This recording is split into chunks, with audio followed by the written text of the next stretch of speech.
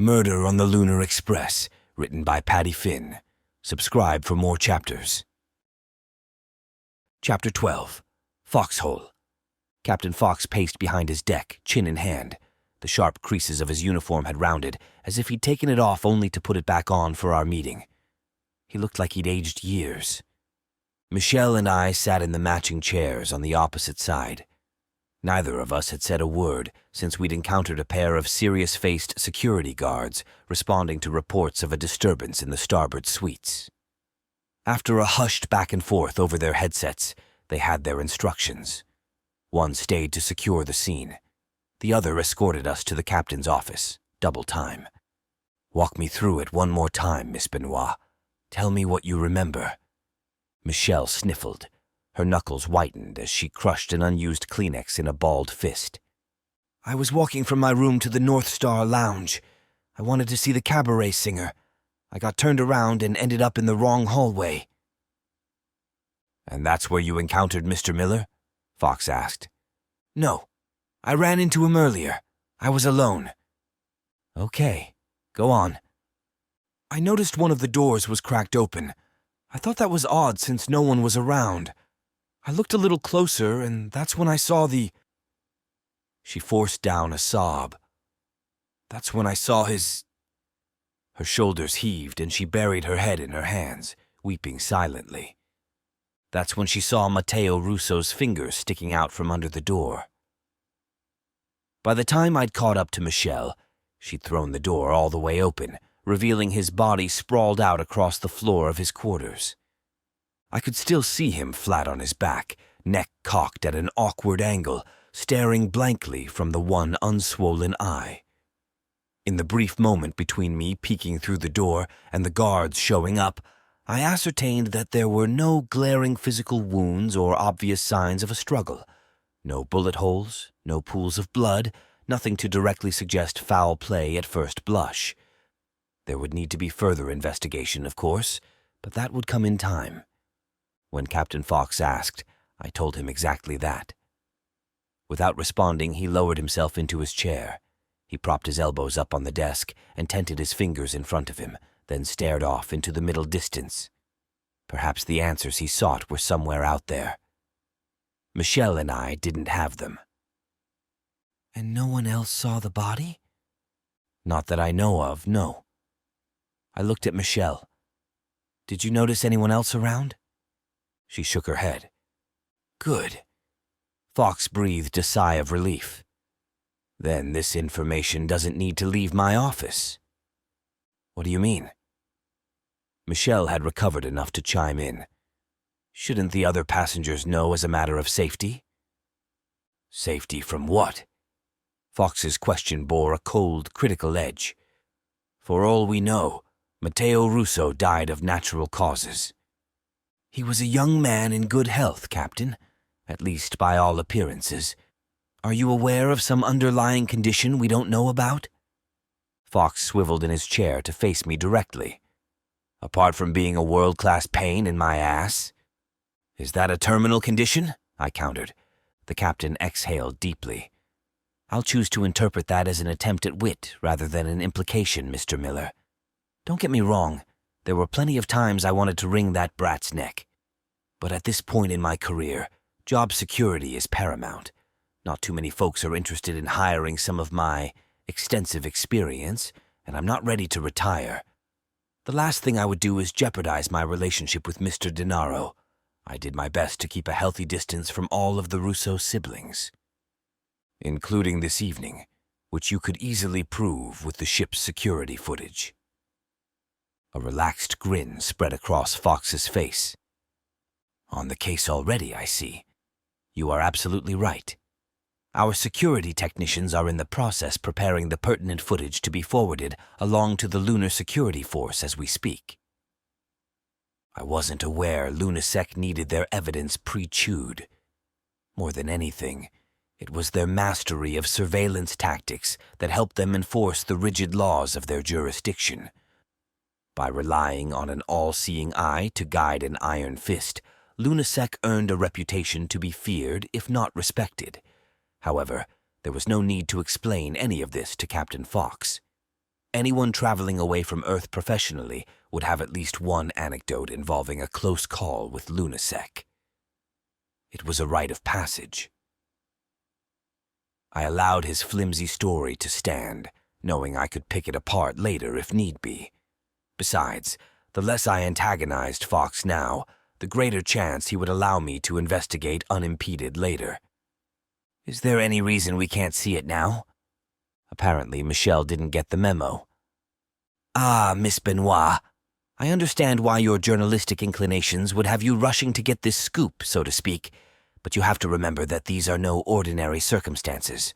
We are on a private vessel owned by an incredibly wealthy and influential businessman, filled with passengers much the same. To cause undue panic right now would be catastrophic, to say the least. It is my job, first and foremost, to ensure the safety and the enjoyment of Mr. Denaro's passengers on the Lunar Express.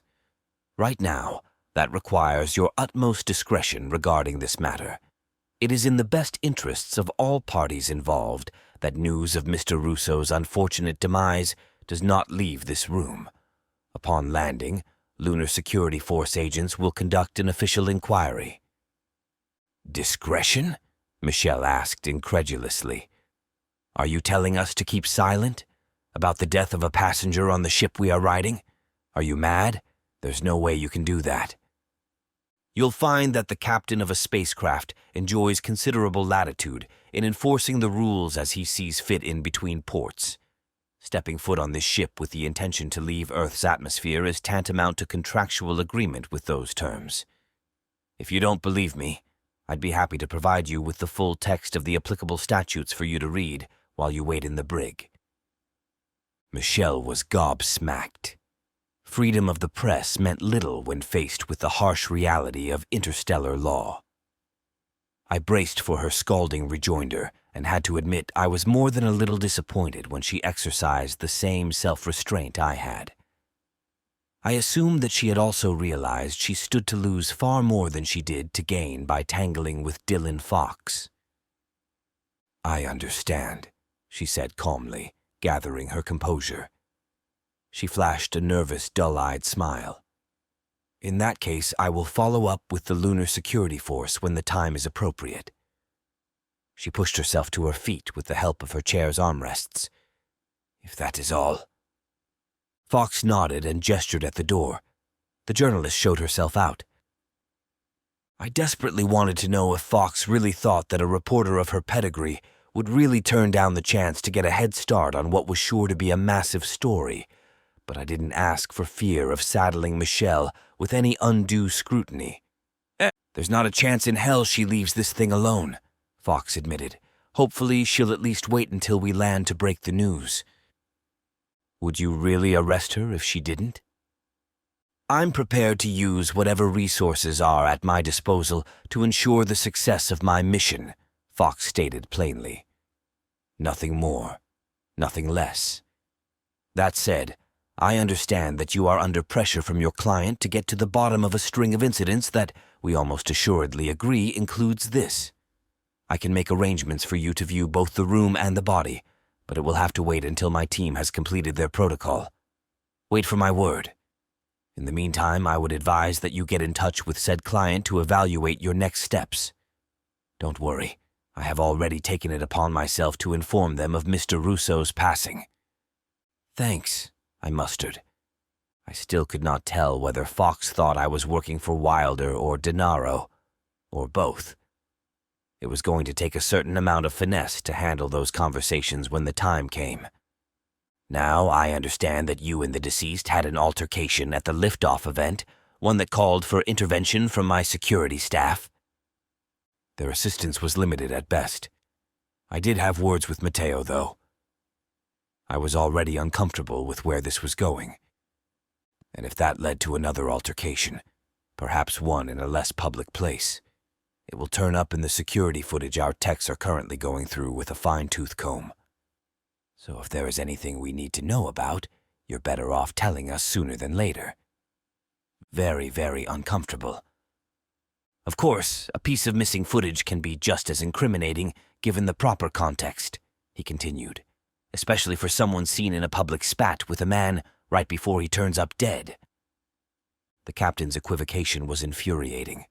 I couldn't tell whether he was offering to help me cover up a crime or threatening to frame me for one I didn't commit. What exactly are you playing at here, Fox?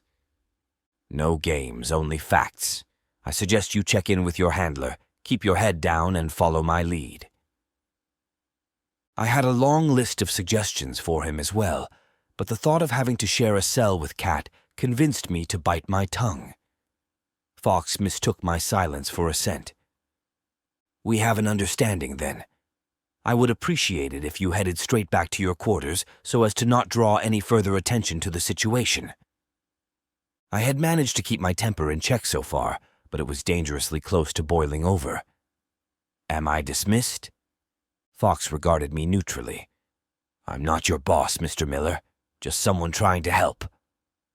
I lingered outside the captain's door well after it gently swung itself closed. Matteo Russo was gone. I had no idea how I was going to explain that to either of the men currently paying me for my presence on the Lunar Express. His suspicious death would do no favors for Wilder's lingering paranoia, and I imagined Denaro would be devastated over the loss of a member of his Praetorian Guard. I suffered for it as well, albeit to a much lesser degree. Without Matteo, I had no idea how to go about getting my Go kit back from wherever it had accidentally been stowed. Not having access to my weapons was more of a liability now that there was possibly a killer on board. I needed to get in touch with Vance Wilder. If he heard of Russo's death from anyone but me, I was professionally finished. Feigning ignorance on my part was entirely out of the question. There was no telling how far his contacts on the Express reached. There was a good chance that Captain Fox had already told him, and he was waiting for me to confirm the news and set out a new plan of action. Besides, if I wanted to maintain any credibility as an investigator, it was my job to know of these things before anyone else did.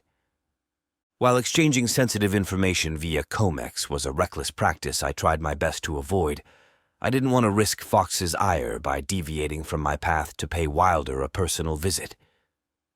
I proceeded back toward my quarters at a casual stroll, leaving plenty of room between myself and the first wave of late-nighters trickling back from the lounges. It was as much in deference to the unpredictability of their wobbling as it was to keep them from eavesdropping on my conversation. I don't pay bonuses for overtime, Wilder finally answered, so I hope this is important.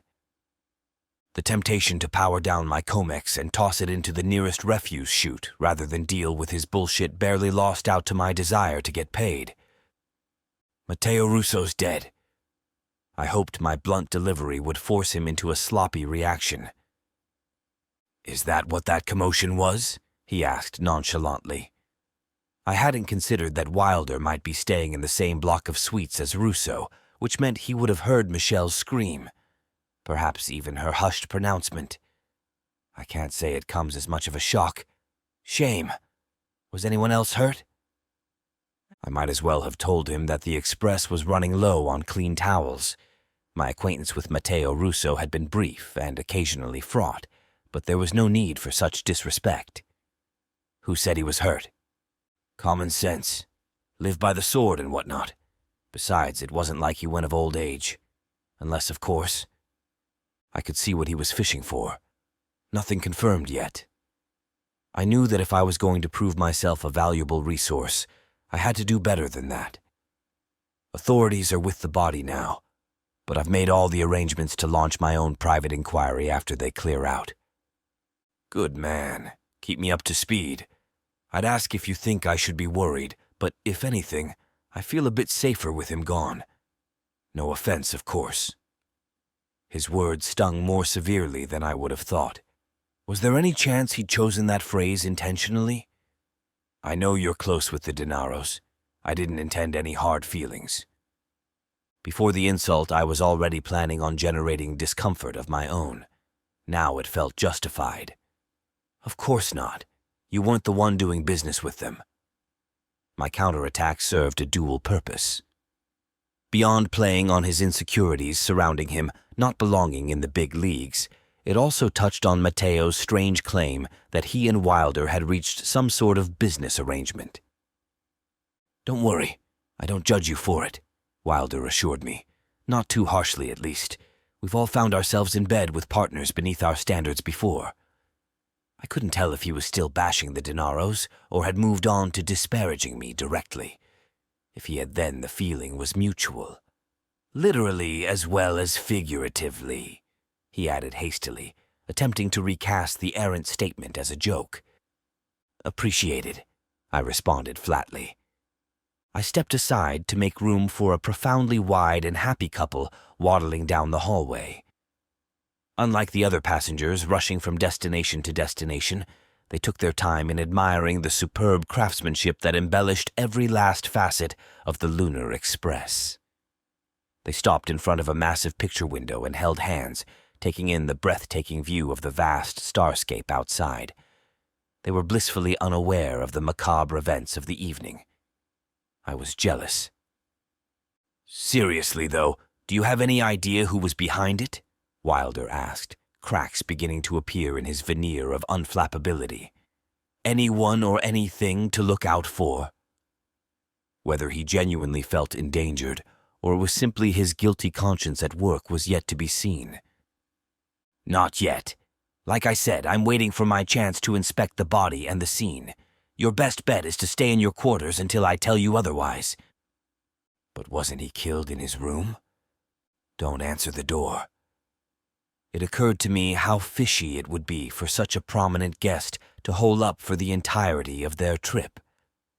If you do decide to leave, make sure you stick to crowded areas with plenty of witnesses. These cowards prefer to operate in the dark. Sounds like you know plenty about our suspect, Wilder observed. Our? Wilder identifying so closely with Russo's murder was worth noting. Then again, he did seem like the type who'd take credit for anything my investigation turned up because he was the one footing the bill. Just a general profile. Once I have anything more concrete, I'll let you know. See that you do. The connection went dead. I resisted the urge to bash my head against the wall. I still needed to talk to Frankie Denaro, and that would require having all my wits about me.